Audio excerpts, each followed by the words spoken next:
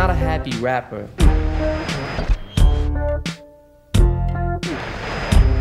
Hey, this guy's putting words together.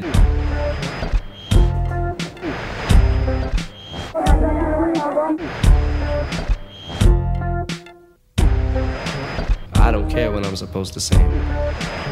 My music is not for children.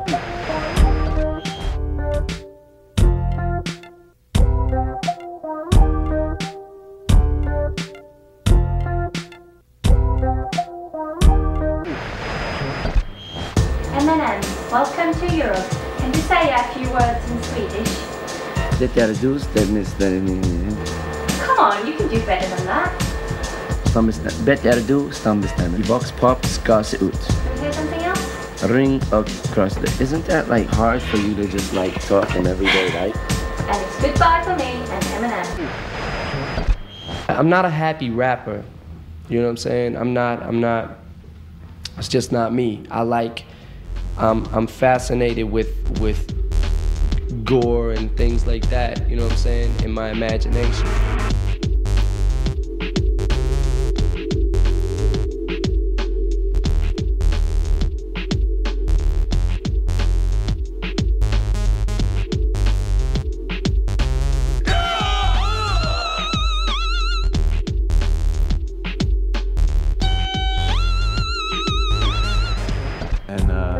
You know, so when he tells stories about his mom, he's got a lot to go on. Eminem, you know, needed Slim Shady.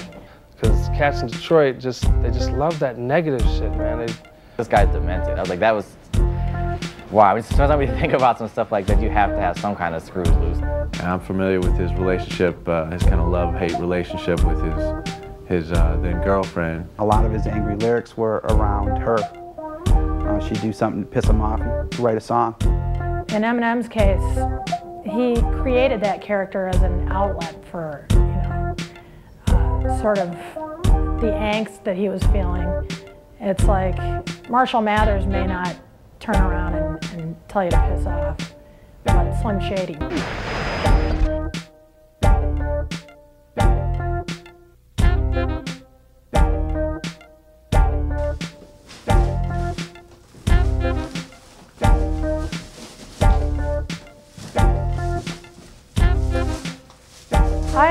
I find them all amusing on one level or another. You know? And when I say amusing, I mean entertaining and funny and dark and you know, thought-provoking, definitely.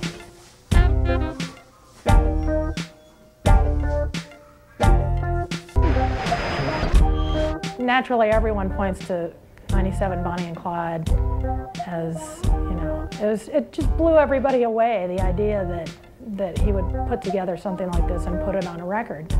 And he made no apologies for it, and he doesn't apologize for any of this stuff. I mean, I remember the time that he called me up and he read, he rapped over the phone, just the two of us, or Bonnie and Clyde as it's now called.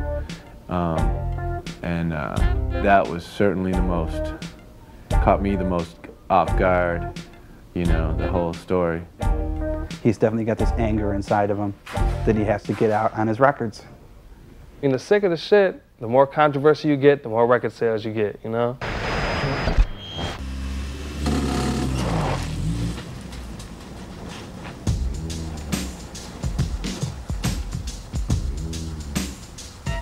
I love the mushroom song. I didn't mean to give you mushrooms, girl. Because these are linear tales. They're going somewhere.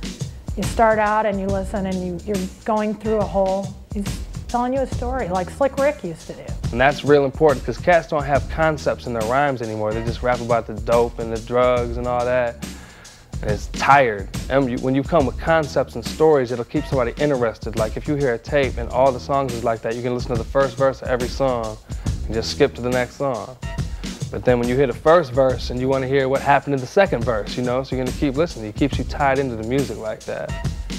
He's a real gifted cat, very versatile.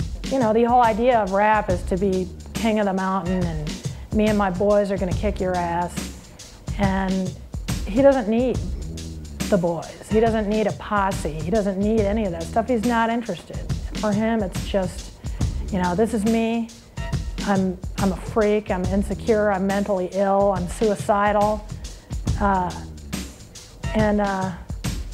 It seems to work for him, and people are just so glad to hear something different.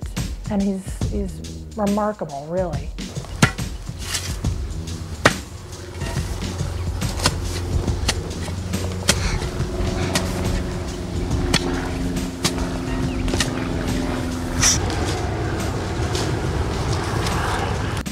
The balls that it took to write something like that, and just the really throwing care to the wind, you know what I mean?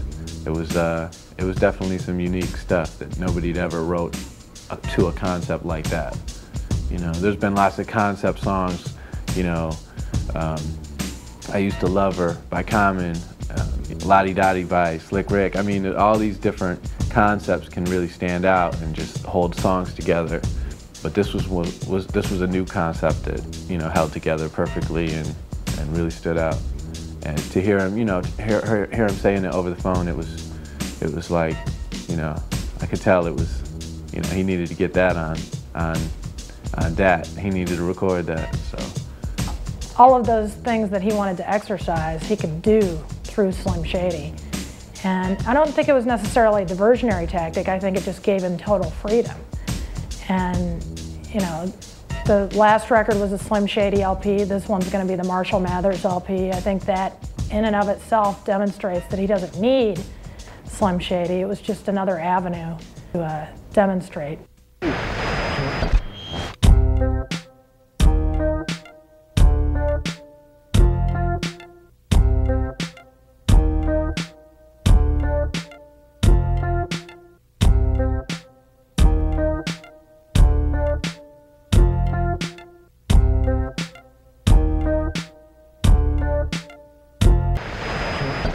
I got rap records, NWA and Ice-T and Too Short back when I was 11, 12, 2 Live Crew, you know what I'm saying? And I wasn't going out and raping girls, and you know what I'm saying?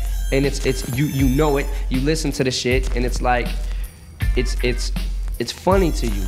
Do you know what I'm saying? Those records were funny to me, or they were cool to listen to, you know what I'm saying? I'll put that for you, baby, up in Austin, London. Fuck you. What's up, Shady? Alright, man, this is Black Knight coming out to you live.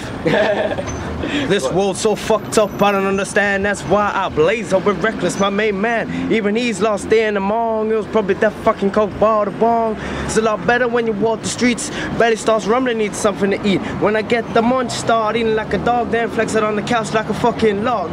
Oh my God, I'm seeing double T-R-O-U trouble. In my own world, now eyes look beady. Thinking about Mariah Carey in a pink bikini. Seeing little black dots in the sky. Yes, I'm red, yes, I'm fucking high. Today's hit music, 93.1 DRQ. It's Lisa, and party people you've been asking for it. Here it is, the latest from Eminem. It's the real Slim Shady at DRQ. Because I always hear it, when I ever think of Dr. Dre or I hear that name, I think of NWA because I'm from back way old school. And so I expect more of what Snoop brings to a song than Eminem.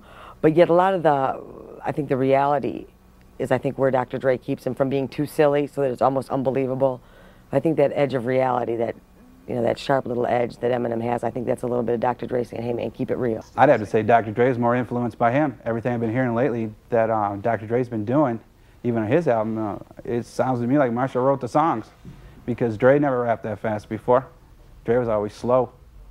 And, you know, not dissing Dr. Dre, I think he's, you know, the ultimate, but it just sounds like Marshall's doing all the writing for him right now. Because even on his records, it just sounds like they're Marshall's records. There was one song he did, I think it was on the last album. I get confused a lot of times with his album that actually came out and what I remember him doing when he was in the studio. But there was one story, and it was talking about role models. And it was talking about how young people shouldn't really look to rappers, athletes, whatever he was referring to, as role models. Because look, we're out doing A, B, C, D. Oh, hey, I'm a role model. And I thought it was funny at the time, but again, he's got a real true message, and I think the message really stands, especially in that genre of music, because so many young urban kids, I don't care what color you are, look to these rappers, and if all the rappers talking about gun, gang banging and guns and calling all girls hoes, and kids are emulating these guys as role models, what Eminem is basically saying is, are you crazy?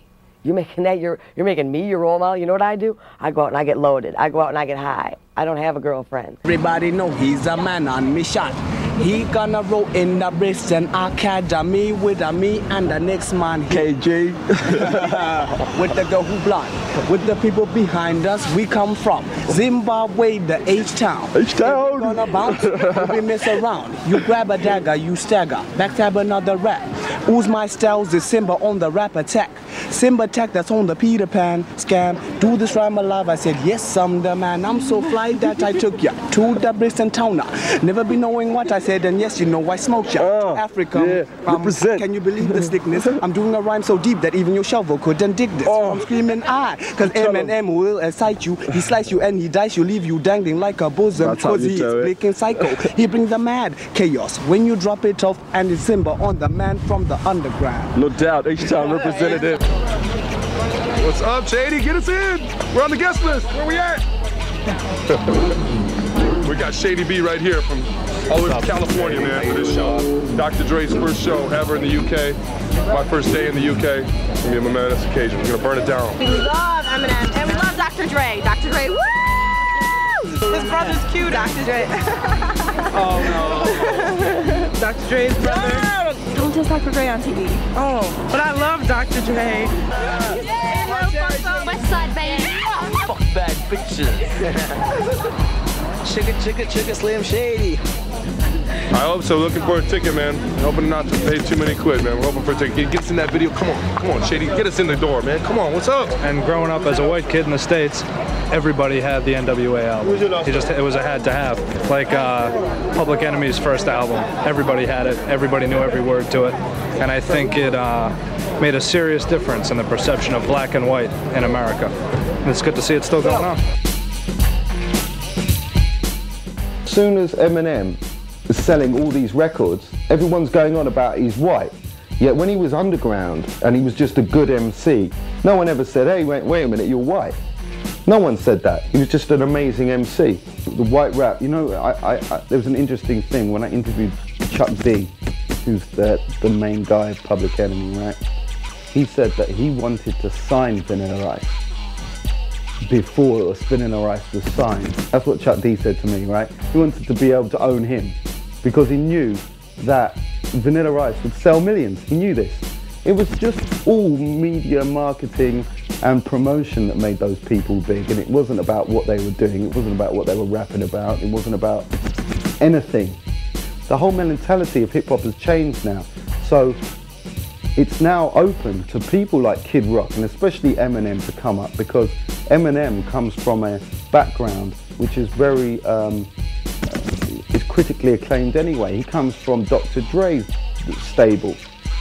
And Dr. Dre's could be the best hip-hop producer in the world. Eminem. West Side till we both die, Eminem. Love, peace.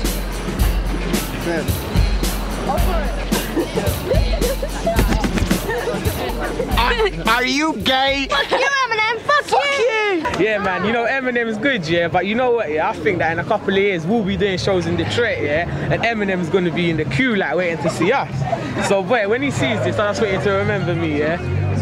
Yo, I'm causing casualties to mentalities and anatomies, and that's the reason why your faculty don't want to rap with me. Apparently my family can't even handle me. My mother phoned me and told me that she wanted to strangle me. I'm living savagely, but I want to be living lavishly. If my dreams come true, I'll ask my girl to marry me. Attacking rapidly with a pinch of assault and battery. No one's as fat as me, so nobody can carry me. Best know I'm so cold, I freeze your whole soul. My rhymes is so dark, they leave fingerprints on coal. One hand grips the mic while the other crushes and glow. You're lacking in lyrics, delivery and breath control. When fake MCs see me, you know they start running. I wear camouflage condoms so they can't see me coming. Wanna ride the rhythm, so hit them with deadly venom. And when I'm in them, I'm wetting up your yeti like I'm jizzing. Don't make me have to grab your egghead and boil it, cause I take the piss like I'm running off with your toilet.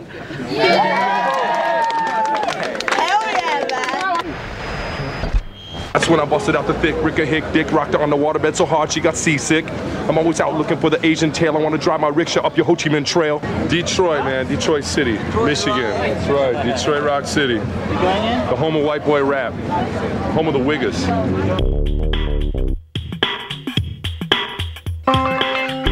St. Clair Shores is Marshall's stomping grounds. This is where he came from.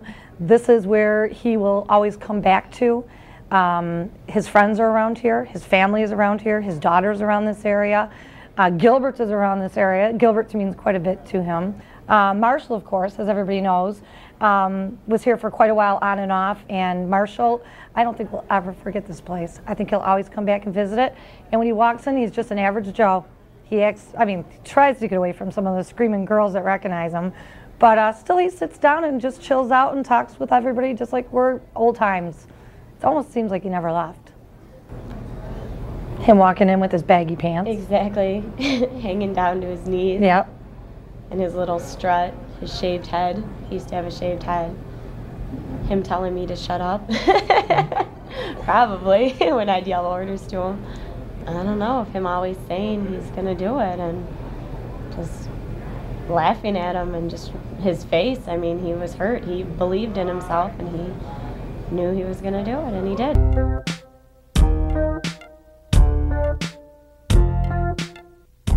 My first hookup with Eminem was he called the magazine inquiring about getting some press coverage on him as an artist, and I remember he asked me about advertising and such, and we talked. We hit it off pretty good. I was certain that I was speaking with a black guy on the other end, which is usually I can tell, but this guy was certain. You know, he was definitely from the hood. You know, and after that, met him at a little showcase on 7 Mile called Ebony Showcase. He was performing with his partner IQ, and just did a couple songs off of the Infinite album. And you know, he walked up to me and said, "You're Mark Kemp from Underground Sounds. Did you get the Eminem project? Did you get the Eminem album?" I was like, "Nope. I talked to him one time on the phone, but is he here?" And Eminem, of course, said, "Well, that's me." So after that, we kind of seen each other at a few concerts. He asked me to do some favors with my connections through the Underground Sounds to set him up with some appointments in New York, some A&R appointments. I set him up with 3 or 4 or 5 appointments in New York, and they went real good.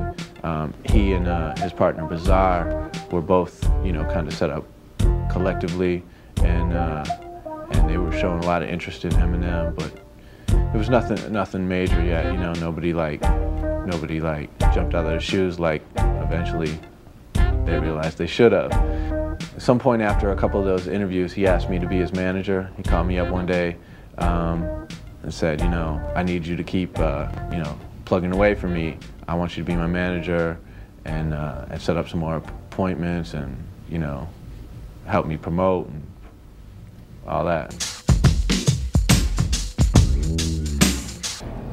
School was not for him. No. No. Not at all. No. He was never into it and never had any desire to pursue it. He didn't like other people telling him no. Right. He figured that was his decision. As far as the situation with his mother, not good. She called her quite a bit and bothered him quite a bit, but he seemed to get over it and deal with his everyday duties, and all of his spare time and his spare money was just for the music business. He lived and breathed it, and he knew he was going to be a star. He told us. I'd say, go back to school. I said, that rapping's great and all, but go back to school. Marshall wouldn't listen. Marshall wanted to be a superstar, and I'm really proud to say that he is.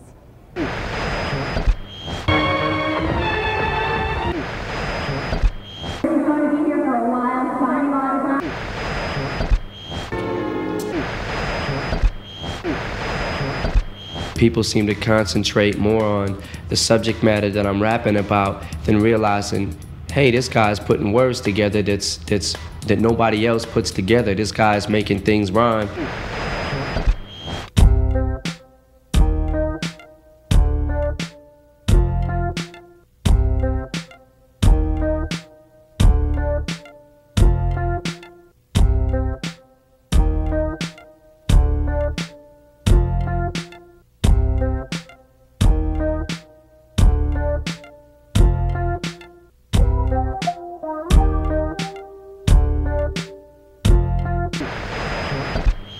Nobody really sees the talent, I don't think. Not many people, especially reporters and journalists, they always concentrate on the negativity and the cuss words and this and that, you know what I'm saying? And never stop to think what it takes to actually put, what it actually takes to put that shit in my music.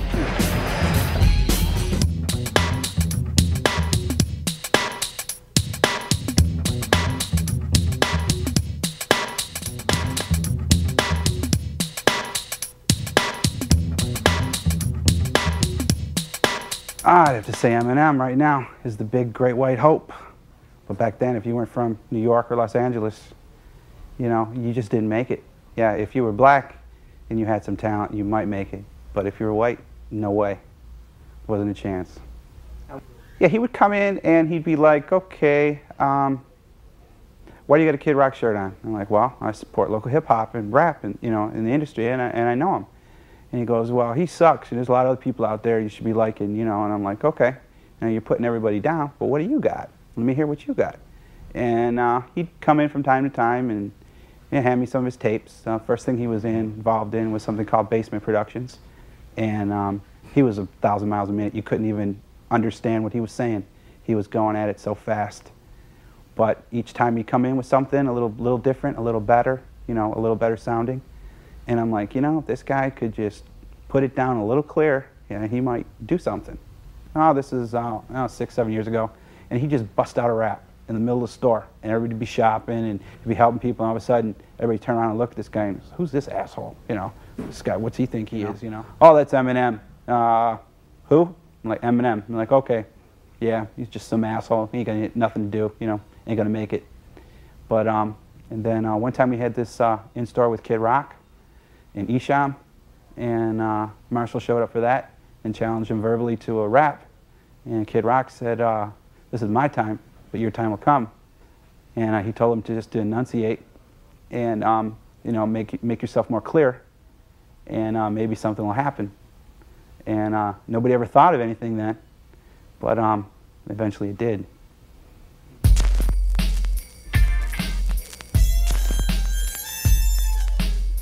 No doubts about it, Eminem is far, far better than Kid Rock when it comes to lyrics and delivery and style and flow and creativity. He's just 10 times better than Kid Rock on those types of things. The really great thing about Eminem and Kid Rock is the fact that they're really down for the home school. You know, it's like they're down with the team, and they're bringing a lot of these people along with them, and they're getting them signed, and they're putting them on their own labels. You know, D12's record, they're working on that one right now, and you know, of course, Kid's got Cracker's record coming out, and you know, it's like it means something to them to be able to help promote the other artists in this town. Because he has people from Detroit there. I just finally caught his new video. You know, Proof is in there. I mean, Proof's been around, you know, doing different things. But in terms of representing, making very clear, no, I am from Detroit. Instead of pulling people in, you know, trying to get his label started and signing Detroit artists, like, you know, that not only did I make it, and I'm going to go beyond just having you in my video, giving you a shout out in my CD case. Like, no, I'm actually going to try to get you guys signed, or try to get you guys out here as well, get you some distribution, some publicity. That definitely helps. This is K9 representing Shadow Cabinet. Out here is hectic, crazy. I'm not even joining the queue. I'm getting in though, you know. Gotta hold it down, man. I respect Eminem, that's right. You know. That's why here. That's what, man. This is the 18th Angel. We got the Shadow Cabinet. Eminem concert. I don't know what else to say. Ain't gonna freestyle, but he is. How many slingers do you know they get fucked? What? How many slingers scream out loud? What the blood clot? Take out 85 with one shot for my full glove. Armor piercing, lyrical missile ripping through your brain tissue. Mama miss you, sister on the street selling big issue. Your mind is gone. Couldn't handle the pain like a lethal injection coming straight to your brain.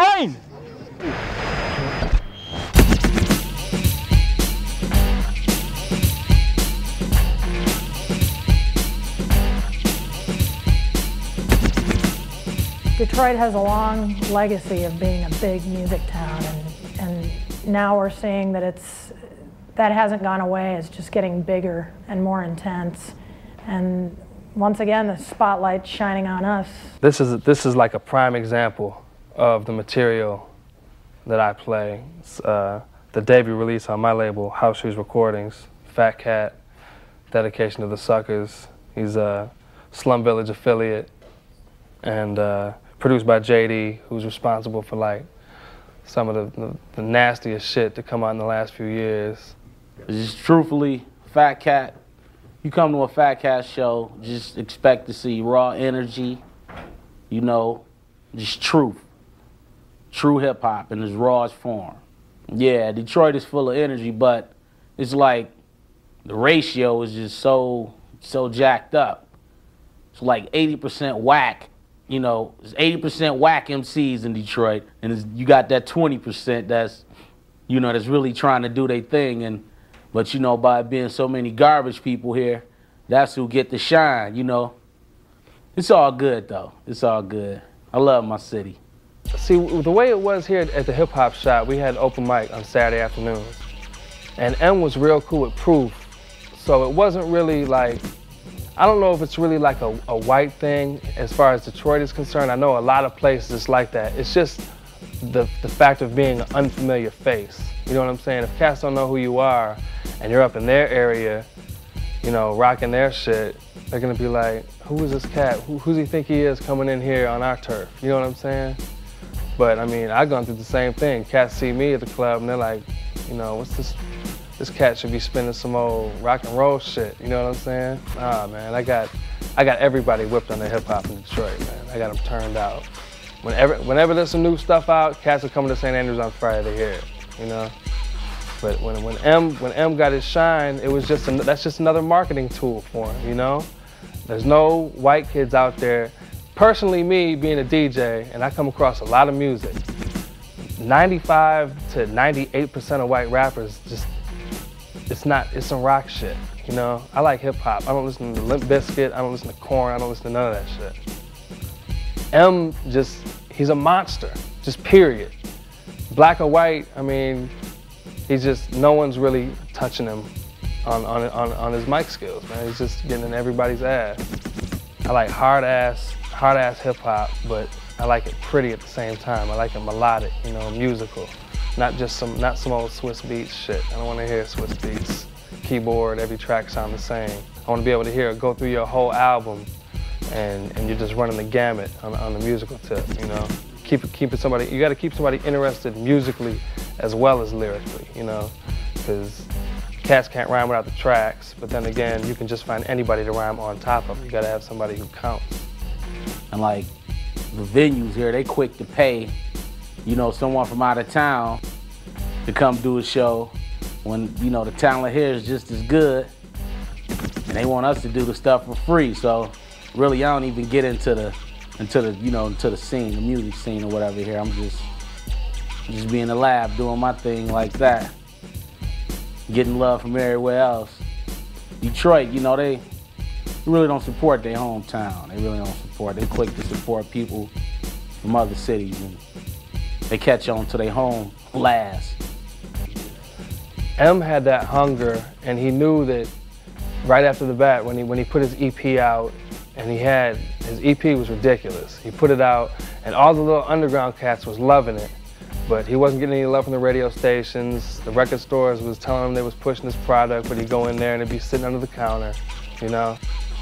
He snatched his stuff out of all the stores in Detroit and just took it on the road, went out to Las Vegas, California, New York, and they were blowing his product out as soon as he got it to him. So he got the buzz going on the underground, and then we all know Dre heard him rhyming on the radio one day, snatched him up, and the rest is history. When the Slim Shady EP came out, we did like this listening party, and no one came. I mean, zero.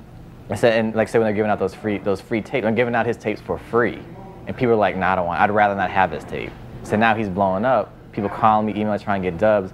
I mean, literally a few months later, if he got signed to Dre, people would love him, and we want to do all this stuff. And this thing, and damn, you guys didn't show him any love, you know, just a few months ago. So, you know, that was really it. That was just one of the down-to-earth guys. So.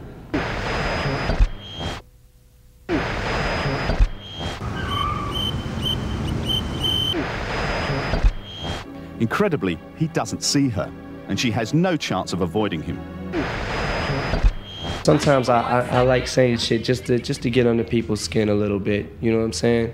Make them pay more attention to me and make them, you know, pay attention to what their kids are listening to, do you know what I'm saying?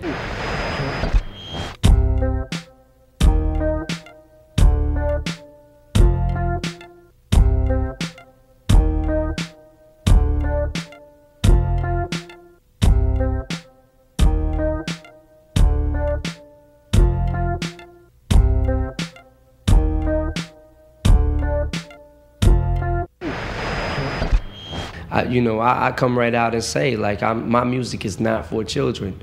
It's not really for kids. Not to say the kids won't get it. Do you know what I'm saying?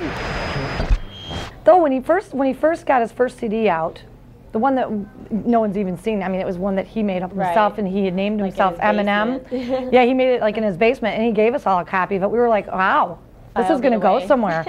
This is going to go somewhere. In fact, I didn't even know about some of the songs he had, and then people would come up to me and tell me about them.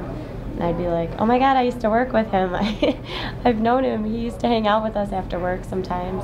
He'd never drink. We'd always have to beg him to go drinking. No, because he was too busy. He had stuff to do. Yeah. He had stuff to get together. Always working on so he could be a star.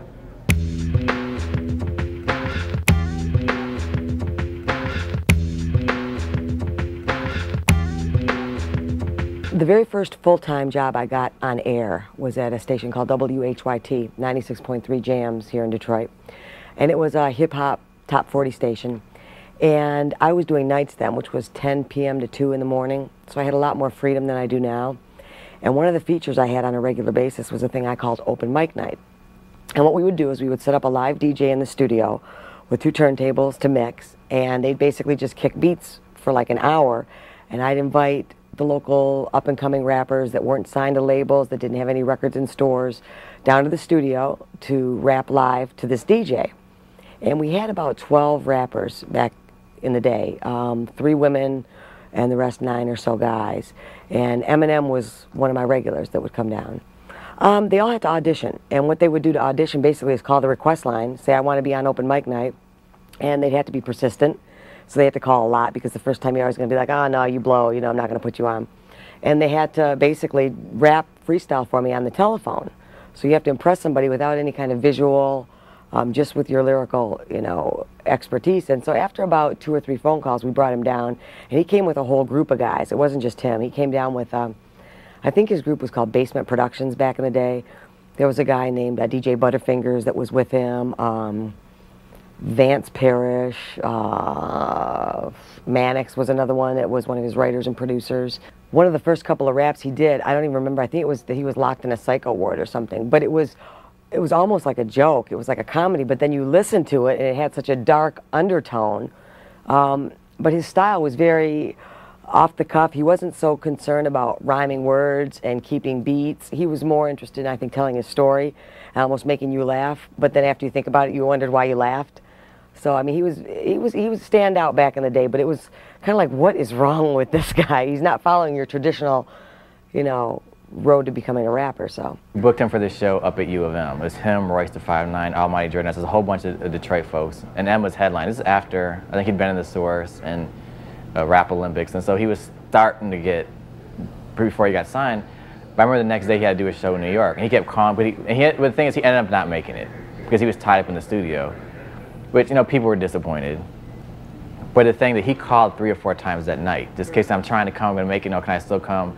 About maybe an hour before the show, about an hour before the place closed up, he was like, you know, I'm done. You know, I can rush down there and try to do a song.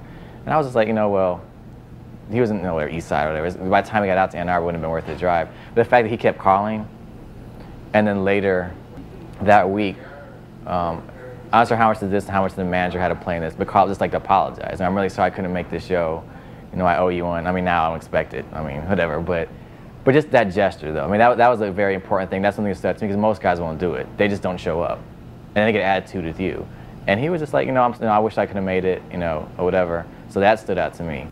And he used to go by Eminem, the letters M and M, and all the other rappers in the room were teasing him and joking him because it was M&M's, oh, melt in your mouth, not in your hand, and trying to get sexually, you know, dogging him out sexually and all this. And we had a thing called an open mic night challenge where I had 3 or 4 of them, and the DJ just kept kicking the beats, and they jumped on the mic until I timed him and said, okay, next, next, and whoever either cussed first or couldn't keep the beat first was off. Well, he kept, when he jumped on the mic, he turned all of that anger that he felt in the room, teasing him, into a strength, and he ended up winning.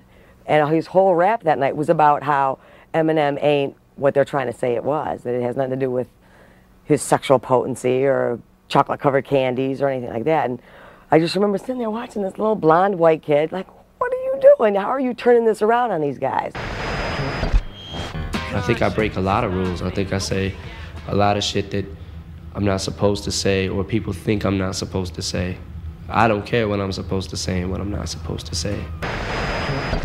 And because he's been working hard a long time, he would record his music, he would go out and play, use that material with his audience, get their reaction, and he was doing great. He would go to some theaters here in town, and he would sell out, you know, doing his own promotion, and which was it was really good. Jamais la patience n'a connu le jour pour un passé amer. Les gens s'enterrent sans avoir vu la lumière du jour dans le futur. Enfant égaré à la recherche de la paix, n'a jamais connu de gaieté, blood. Métamorphosé par le malheur, parle de lumière dans sa filière, toujours en prière. Yeah.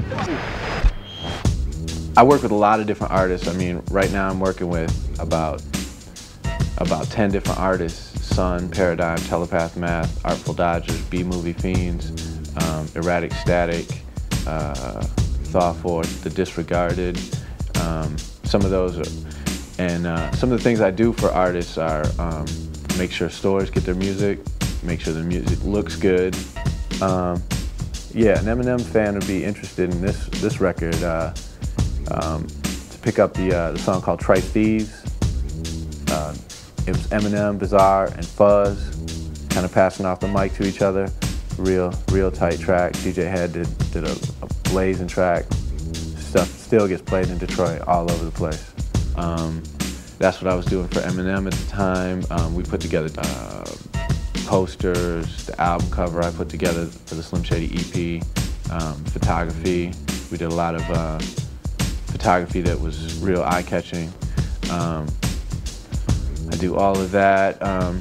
I was distributing his music to stores, setting up interviews for Metro Times, Real Detroit type of magazines and newspapers in the area. Booking shows. A couple times I threw shows specifically, you know, to have him headline and promote him that way.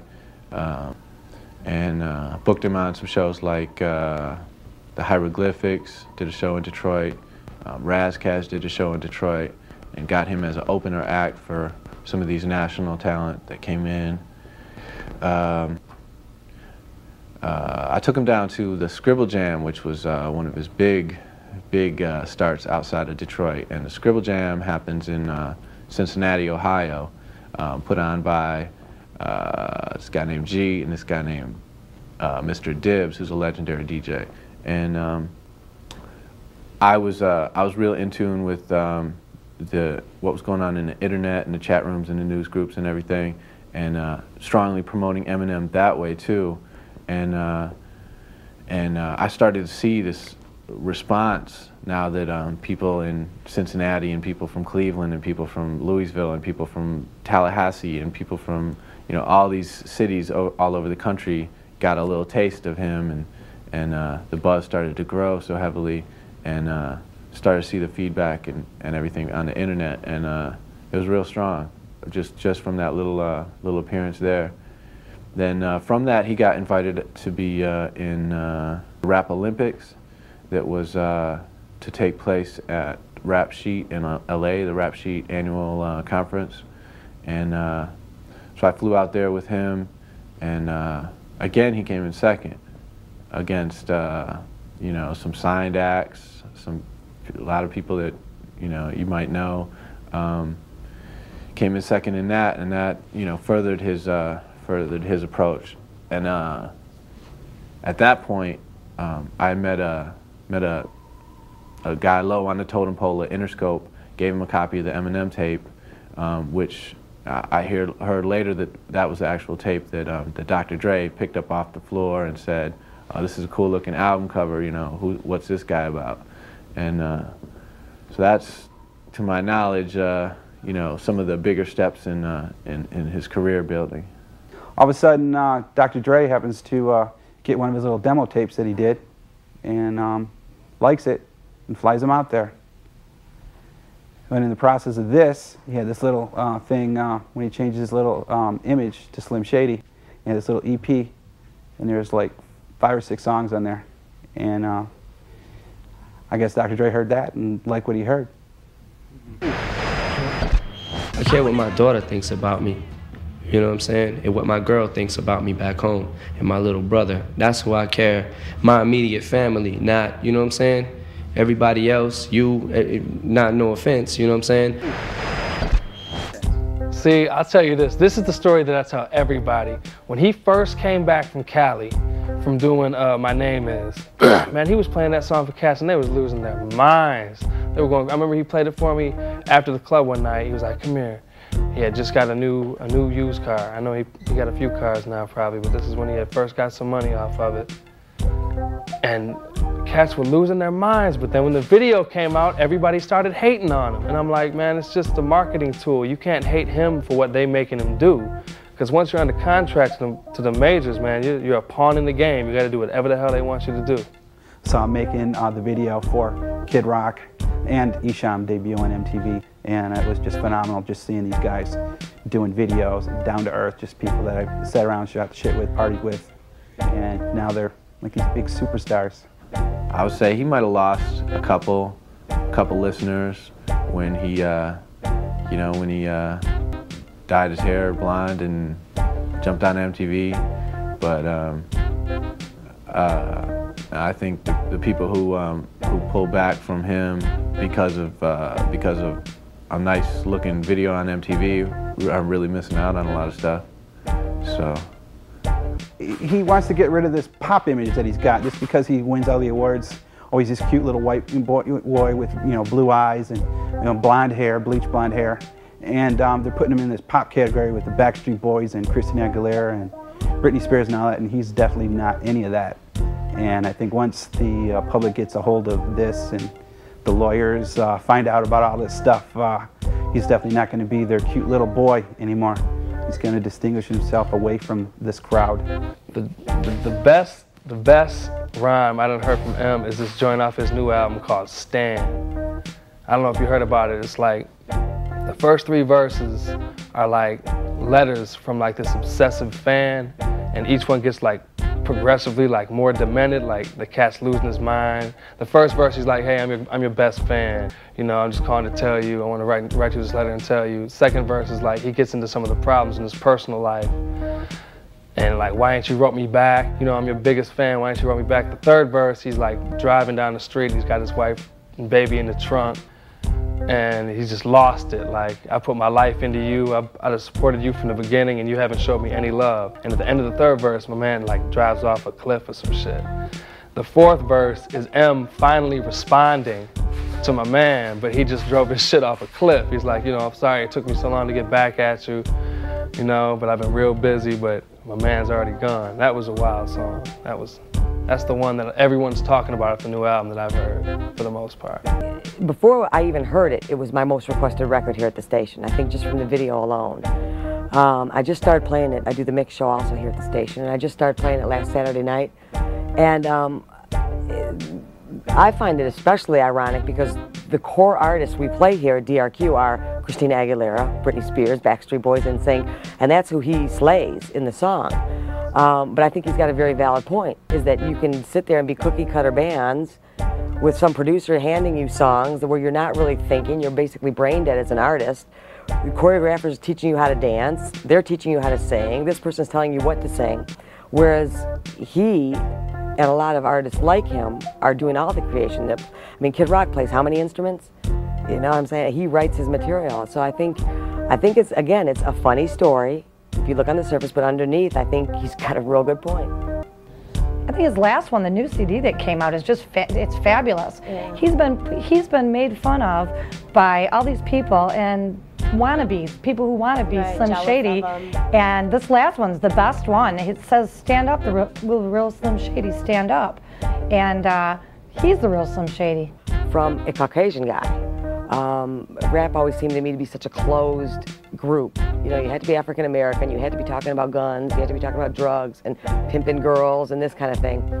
And so for him, a Caucasian guy from Detroit, to be talking all this silly stuff and all this nonsense, it was shocking. But it wasn't, because I know how persistent he was. I know how dedicated he was and how much he believed in himself and how much he wanted it. So yeah, I was shocked that, I think more that the record label picked him up, that Dr. Dre found an interest in him, and that the public liked him. But I wasn't shocked that he took it as far as he did. I knew he was going to be a star. There was no doubt in my mind that boy that worked here as a fry cook at Gilbert's was going to be a superstar someday. And we all knew it. And we were very proud of him here.